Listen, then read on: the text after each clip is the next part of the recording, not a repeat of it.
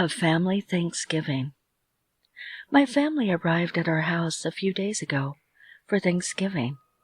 My mom and dad let my 2 aunts and uncles and my cousins stay with us for a few days leading up to Thanksgiving every year, since I can remember. It's a family tradition, you could say. Well, I'm not feeling too festive since they've arrived.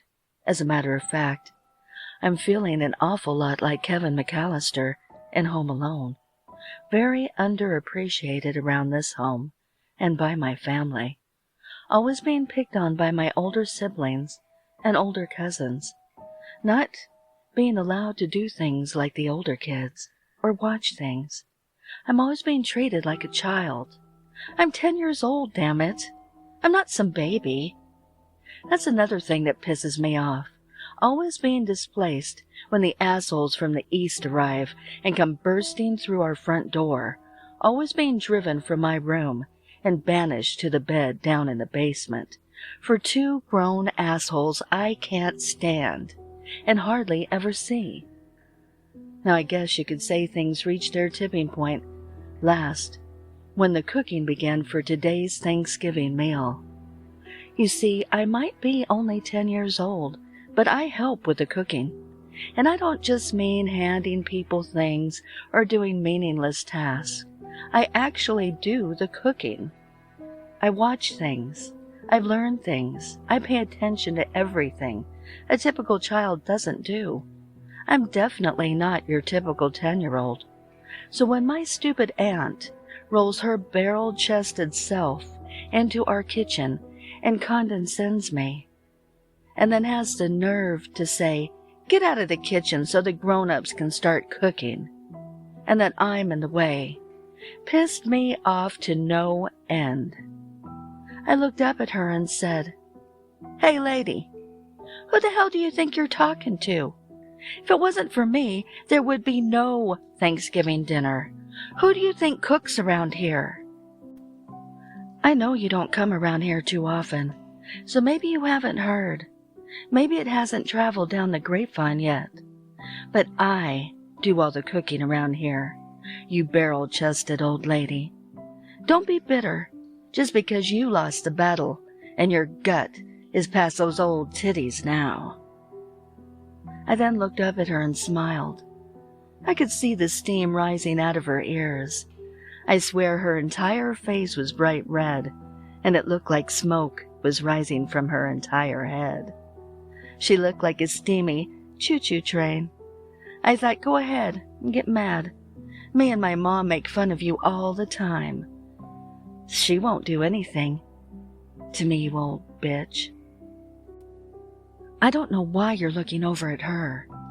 Just then I hear a scream. "Don't you ever talk to your aunt like that ever again!" Then I felt a tug on my arm towards my mother. Then a couple of hard, fast slaps on my ass. I stood there stunned. I then looked up at my mother confused. I said, "What the hell was that for? You don't even like her. We talk about her all the time. Just the other day you called her the keg with legs." My mother slapped me again and said, "I've never said any horrible things towards your aunt. Now you go down into the basement and think of what you have done.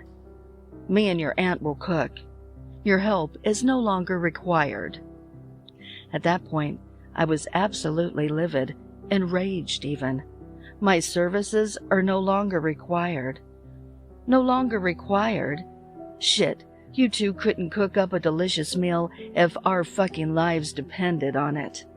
I just hope she comes to her senses before it's too late. Or this dinner is going to be a catastrophe. Grandma and Grandpa are going to be here early after all, and we can't realize at the last second that our Thanksgiving meal tastes like old road apples, or this is going to be the worst Thanksgiving ever. I sat down in the damp, dark basement, getting angrier and angrier, realizing those two think they're pulling it off and doing a good job cooking, but they're just ruining everyone's meal. They're ruining everyone's Thanksgiving. Just then, thoughts started swirling around in my tiny mind. replaying all the crap my family puts me through. I'm tired of getting treated like crap in this house. I don't know how much I can take at this point. After what seemed like 5 hours, the top of the basement door opened. It was my mother telling me I could come up. I bounded up the staircase quicker than you could say "Pilgrim's Puss" and bolted straight into the kitchen. I said, "What do you need me to cook? There isn't much time before Grandma and Grandpa get here." She looked at me and said everything was done. My heart sank into my stomach. Rage flowed through my entire body at this point. She gave me a spoon to sample all of the food, and to my horror and no surprise at all, it tasted disgusting. The stuffing was ass. The mac and cheese was disturbing. The ham tasted like an overly salted piece of old pig skin. The turkey wasn't horrible, but it was as dry as an old woman's love canal. And then Mom pushed in front of me a bowl of mashed potatoes that she said my aunt made. I put my spoon in that bowl of lumpy mash and stuck it in my mouth. I looked up to my side and saw my aunt looking at me with a smirk across her muzzle, like she was hot shit. I then tasted this concoction of what was described to me as mashed potatoes by my mother, but I soon realized I was lied to, because these were no mashed potatoes. This was a bowl of something crossed between a zombie stool and a pilgrim's salty load from the original Thanksgiving dinner. I was quickly livid. I was still staring at her and spat it back out onto her clothes. This was the most vile thing I've ever tasted on my short time on this earth. My God, where did you get those russets? How old are those spuds? Did you barter with the Native Americans at the first Thanksgiving feast? I said chokingly. The meal was ruined. I was completely devastated. They destroyed my favorite holiday. I was getting more and more angry at this point. There was still time, though, to make this right before my grandparents showed up. They deserved a proper meal. They're the only ones in this family that are nice to me, so I want to give them a great Thanksgiving dinner. The only problem is, now there's no food to cook and no time to get more. I need meat, and I need it fast. An idea popped into my head as I heard my mother and aunt shouting in the background. I grab a knife from the kitchen counter, turn around and slice it across their throats. Ah, yes. Beautiful silence. And plenty enough meat to use, too. But I could always use more. So I went around the house room to room and shopped, you could say. I took years of frustration out, throughout the house, and got some pretty good ingredients as well. I then proceeded to cook Thanksgiving dinner, and finished right before Grandma and Grandpa arrived. I opened the door and greeted them with a warm smile, gave them a hug, and they came inside. It was all going so well at first, until they saw the bodies on the ground. Sadly, I had to hit them over the head to prevent them from doing anything foolish. They're not hurt, just unconscious. Hopefully, long enough for me to set everything up for dinner. There we go. The table looks beautiful. The food looks great. Everyone is seated, ready to go. Ah, Grandma, Grandpa, you're awake. Perfect timing. Dinner is served. Don't look that way. I cooked this beautiful meal for you two, to show my appreciation for you always being so kind to me over the years. Plus, everyone sitting around the table gave a great sacrifice to contribute to this meal, so please try and show a little appreciation. Here, Grandma, have some turkey. There's a little of Mom and Aunt Lizzie in there. Grandpa, try some mashed potatoes. Dad and Uncle Arthur can be tasted in there. Then try the ham. Then the stuffing. The cousins contributed to those. Now, no screaming. Any more of that nonsense, and I'll add you two for dessert. One last meal. Being a mortician does allow for a certain type of company on Thanksgiving. When my husband was alive, we spent so much time building our business that we didn't leave any room for friends. Over the years, our family slowly passed. Now, I spend my Thanksgiving with those who can no longer spend theirs with their family. I live where I work to keep costs low. Most of the first floor is dedicated to the business, while the second floor is my home. My large eat-in kitchen happens to be the one room that didn't make sense to relocate to the upstairs. So every Thanksgiving for the past 3 years, I wheel my guests into my kitchen where we sit at the table and enjoy our feast. This year was no different. I had a bit of a grease fire while cooking, but it ended as quickly as it started, and the rest of the night went quite well. All of the guests got along with one another as usual. It's amazing how nicely people treat each other when they know it's their last meal. That, and I try to make something special that each person truly enjoys. This cranberry sauce is fantastic, Mildred exclaimed. I haven't had cornbread like this since I was a child. Thank you, Bob muttered while still chewing. I can't remember the last time that I had a home-cooked meal like this. J. Doe stated. That smells delicious. A voice glowed from around the corner. Mark? He stepped in and it was really him. It was my husband, Mark. This has never happened before. Oh my God, Mark! I shouted as I ran to him. I wrapped my arms around him, and he was real. He was really here. I could feel him. I could smell him. I wanted to hold him forever. But how? I asked, looking up to him. He nodded to my plate, and I turned and looked down. Along with the rest of the food that I had placed on my plate, my mom's stuffing rested between my turkey and mashed potatoes. I haven't made her stuffing since Mark had passed. It was his favorite part of the meal, and it just hurt too much. Mom? I mouthed as my eyes began to well with tears. Then it hit me. I looked to the rest of the kitchen.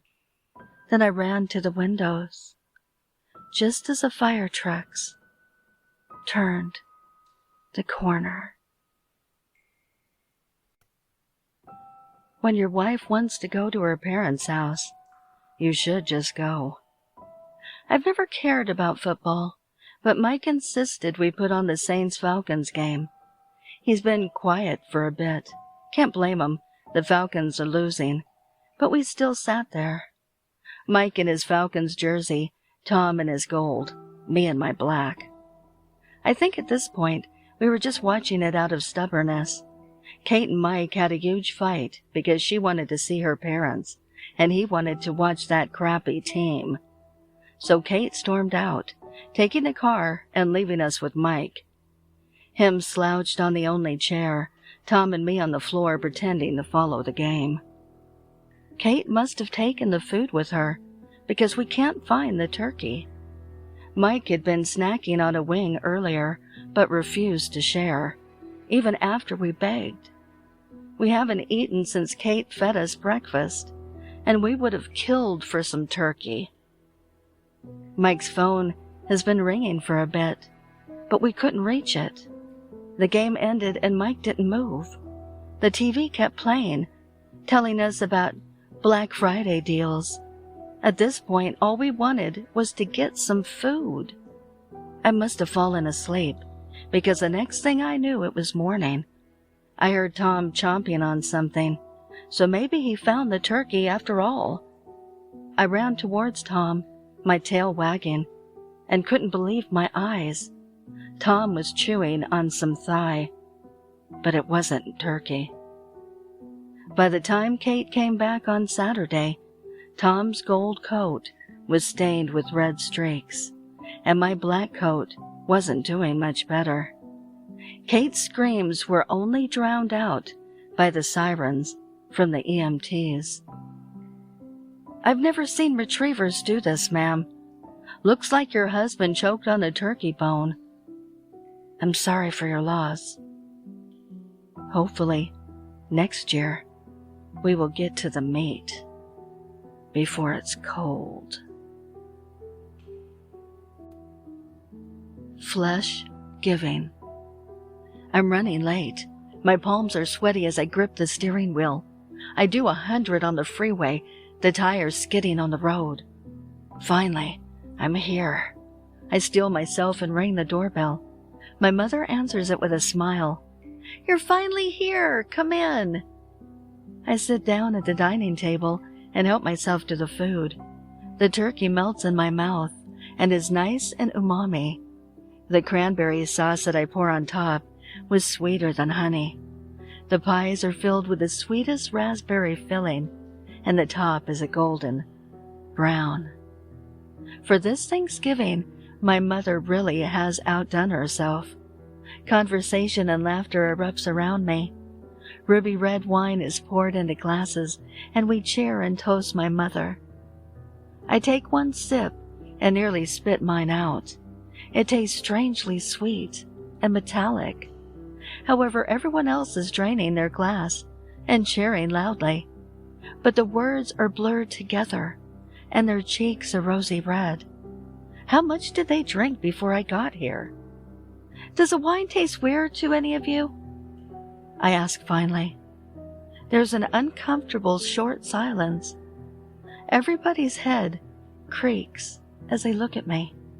That's when I realize there's something wrong with their eyes.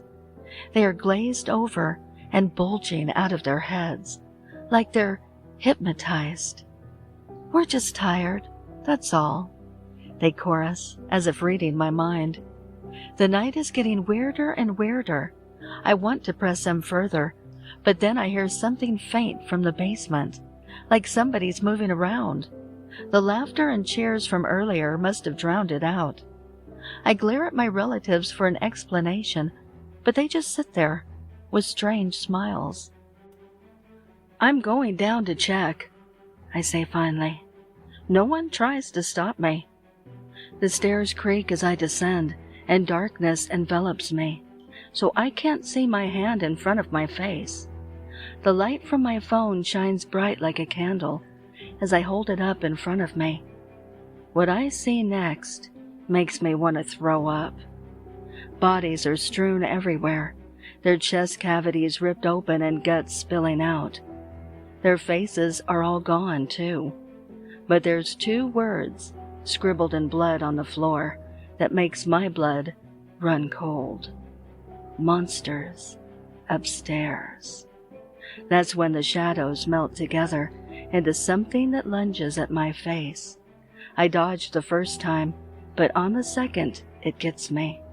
Long claws extend out of the shadows and peels off the skin like a rubber mask before placing my face carefully on its own.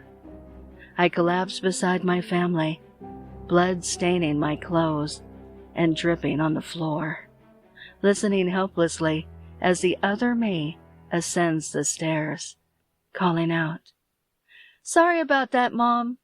I love the wine. Can I have some more?"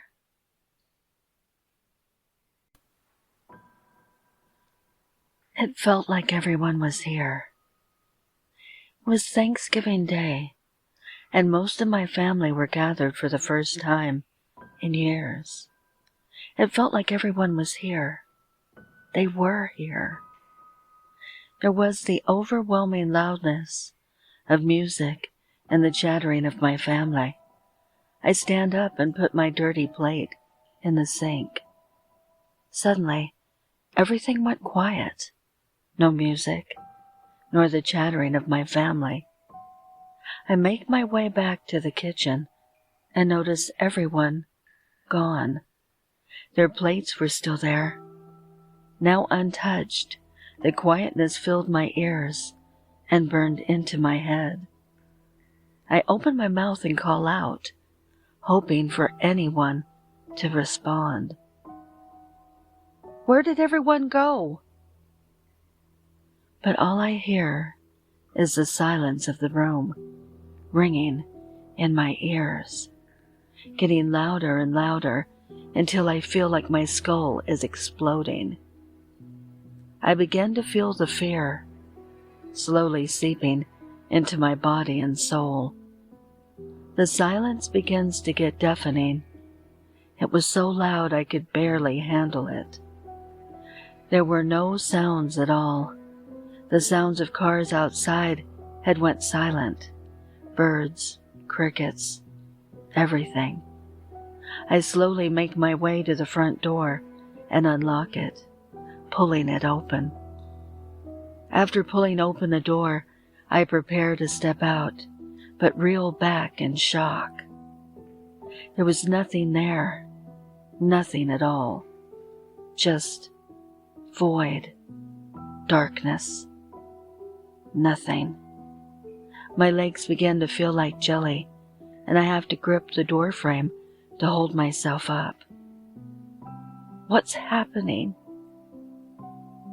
I ask softly to myself, feeling like I could break down. I want my family. I want everything to go back to normal. When I turn around, I see the house beginning to seep and melt into black goo.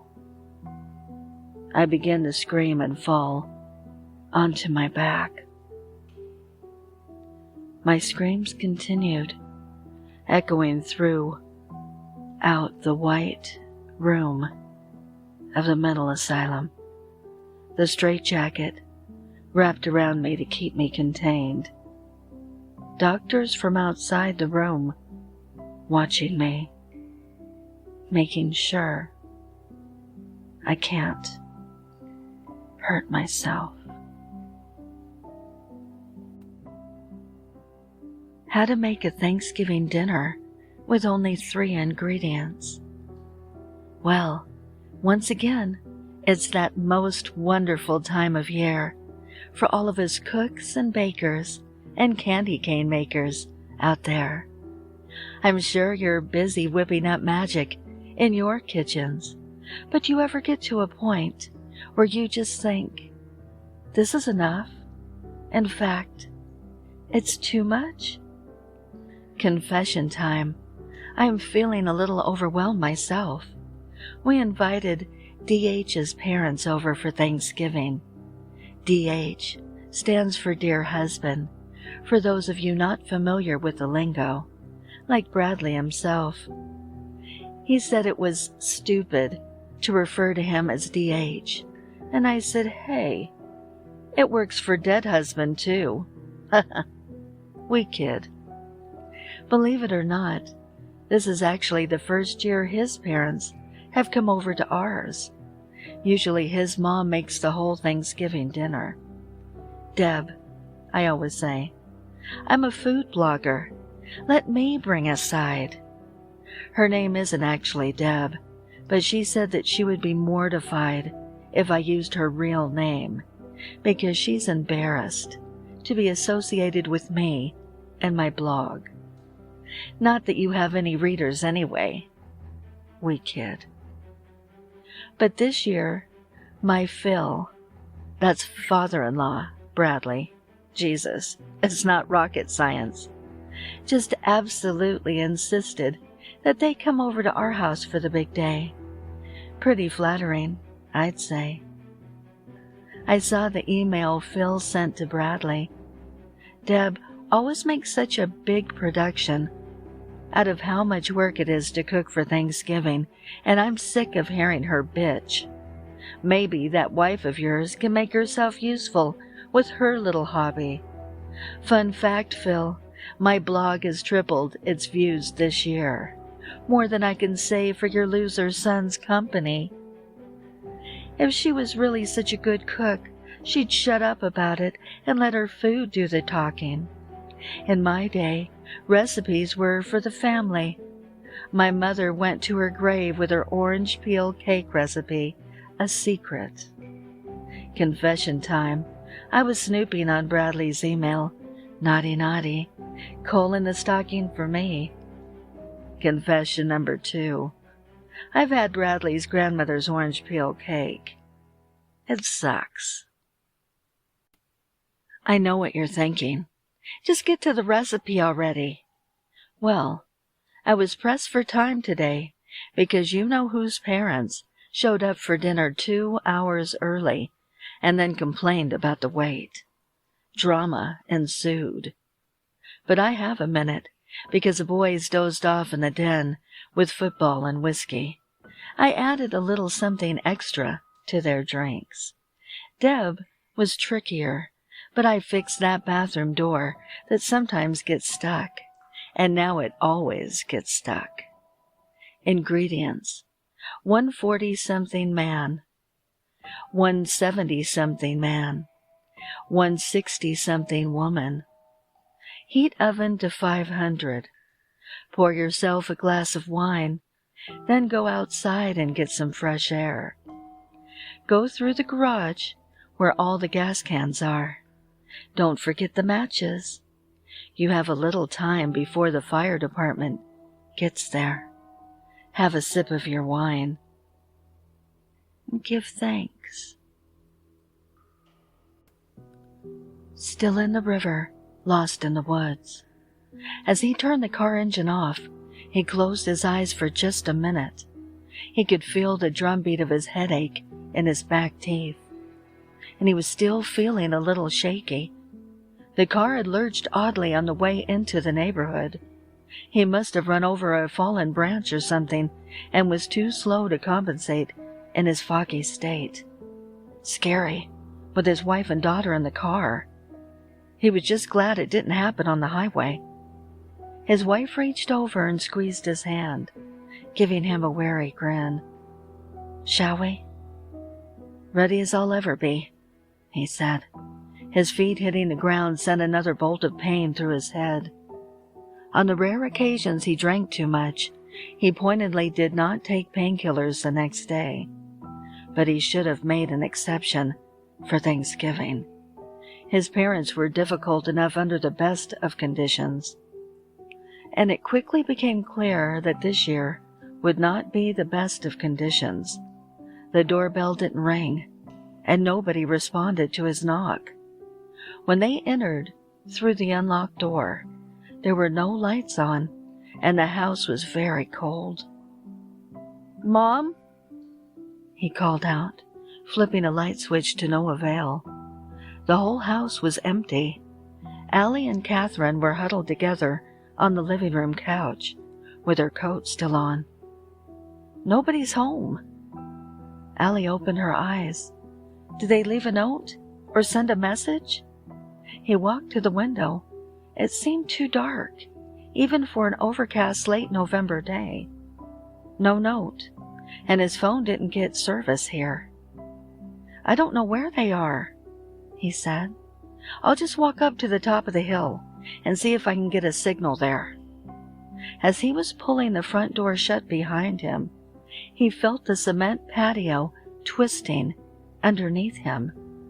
There was a sudden flood of light and noise and cooking smells. He whirled around and caught just a glimpse through the closing door. The house lit up and music playing.